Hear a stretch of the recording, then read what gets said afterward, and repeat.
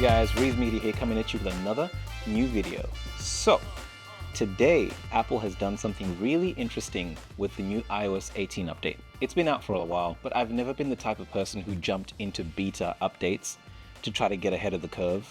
I usually want the most stable versions to test. Now, just know that if you do update to beta, it's not super stable just yet, although it is in public beta. But in this instance, they've done something that has allowed you to connect your Meta Quest 3, iPhone, and laptop all together in one. This is one of the features that I've been praising the Vision OS on, and I think it's a really cool feature. That's something that's been missing from the Meta Quest 3. However, now it's here. So essentially what it is if your mobile phone and your laptop are updated to the latest iOS 18, you'll have a little bar that pops up on the bottom here, which is called phone mirroring. So if you have an iPhone, this one here is an iPhone 12. Very, very basic. It's great to see that it still works with iPhones such as the iPhone 12 because they are a little bit older. So it's good to see that Apple is still supporting these things with all of their newest software updates, and it doesn't lag, it doesn't anything. So let's jump right in and I'll show you how it works.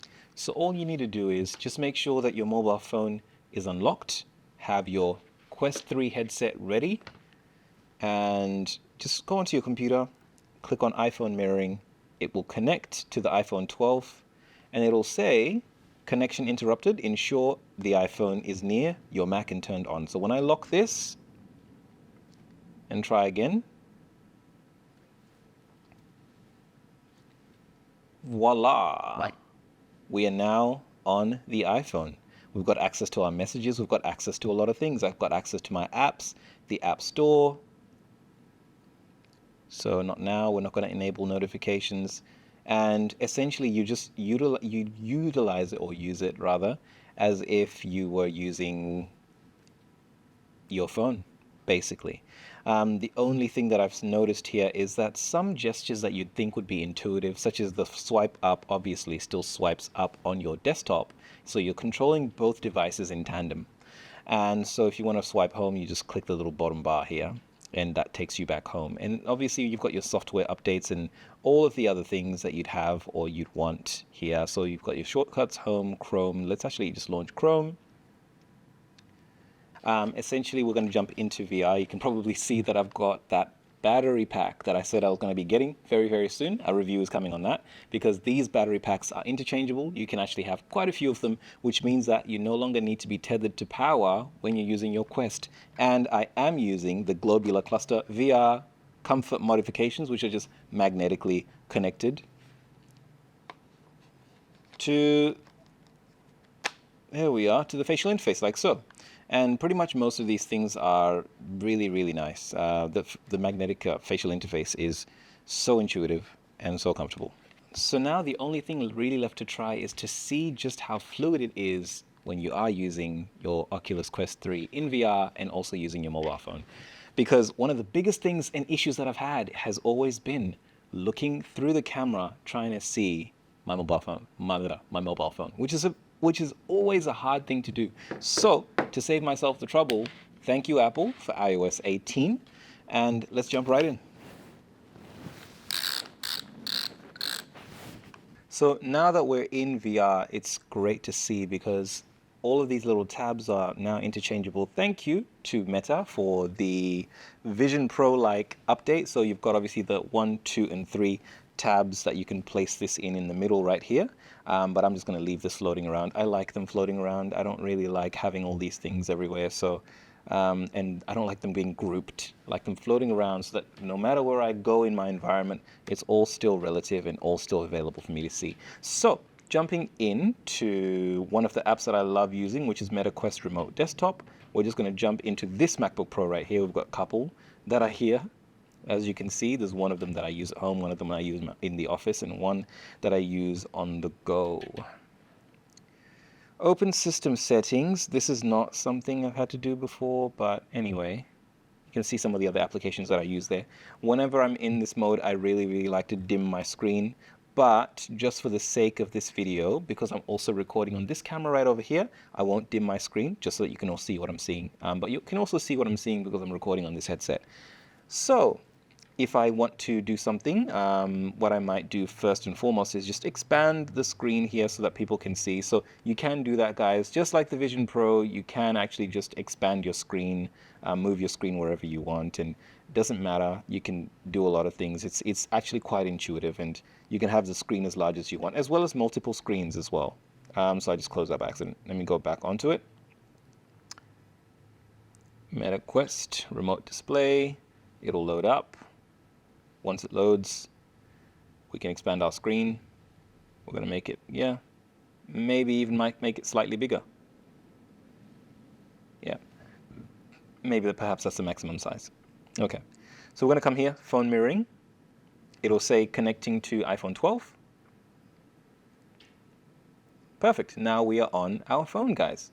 So one of the issues that I had is, if you can see this phone right here, yes, absolutely, it is functional and it's working, but it's not clear. For me, from what I see with my eyes, it's not clear enough for me to be able to type, text, and so on. However, if it's connected to this, it is and it will be clear.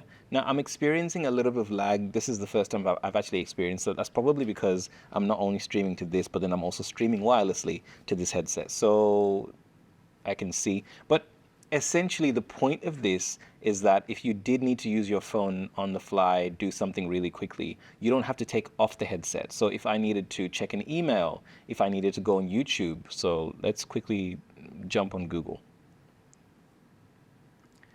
So let's quickly jump on YouTube, not you, the show.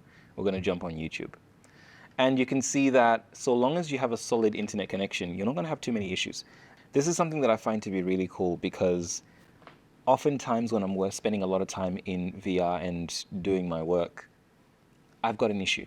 One of the issues is I get a phone call or I get a text message from somebody important, and I can't actually still interact with my phone with this headset on. Unfortunately, the image quality that's going directly into my eyes is not high enough. So because of that, this is a system that will work for me. Now, I've just moved the display over there, but let's move this back right here. This is a system that I think will work for me. So instead of actually using that YouTube, the website, let's actually hop onto the YouTube app here, which should work a little bit better. No, we do not want premium. And here we are, guys, on the YouTube app. Hey, Unbox Therapy. Hey, how are you? And let's actually just go and search here and type in Reese Media. Oh, we're not subscribed. Let's subscribe. Awesome. Yeah. So that's something that's really cool. There are other ways to do this as well. You can do this in an application called Immersed. Now, Immersed actually takes your phone itself and brings it into VR. I'm going to show you that in just a second, which is even cooler. Now, for that, I need to access this mobile phone. So getting my password wrong a couple times just now, but let's jump straight into Immersed. Now there's an application called Immersed Mobile, essentially, and once you've disconnected this, so we'll disconnect this now. Yep. And we'll jump into Immersed. Launch Immersed in VR. So guys, if you can see, maybe you can see better or can't see better, but essentially when I launch this, start broadcast, it's going to try to connect to Immersed, and then I'm going to go jump into Immersed in the headset here. I'd forgotten I'd put it over there.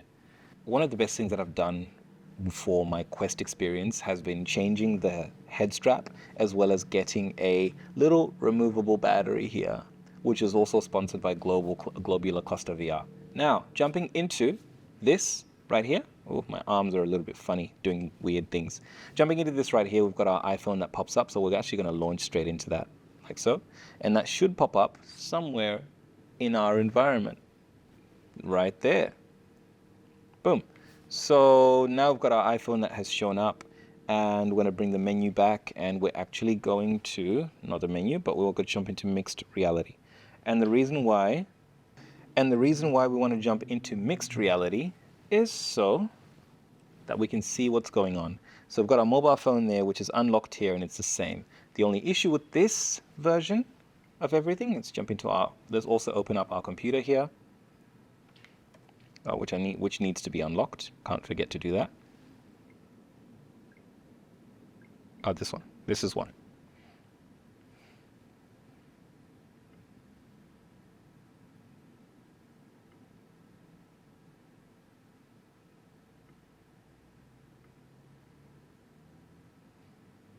All right. So now we've got everything open. We've got our mobile phone there with us, and we've got our computer there with us. Yeah. Which is right here. So this phone is the one that's appearing on the screen right here. This phone is the one that's appearing over here. So whatever I do on here essentially translates like so. It is a bit glitchy and a little bit laggy. It depends on your network again, and I at the moment am obviously streaming a whole bunch of different things. So if I actually disconnect this, maybe that might improve the network connection that I'm seeing here.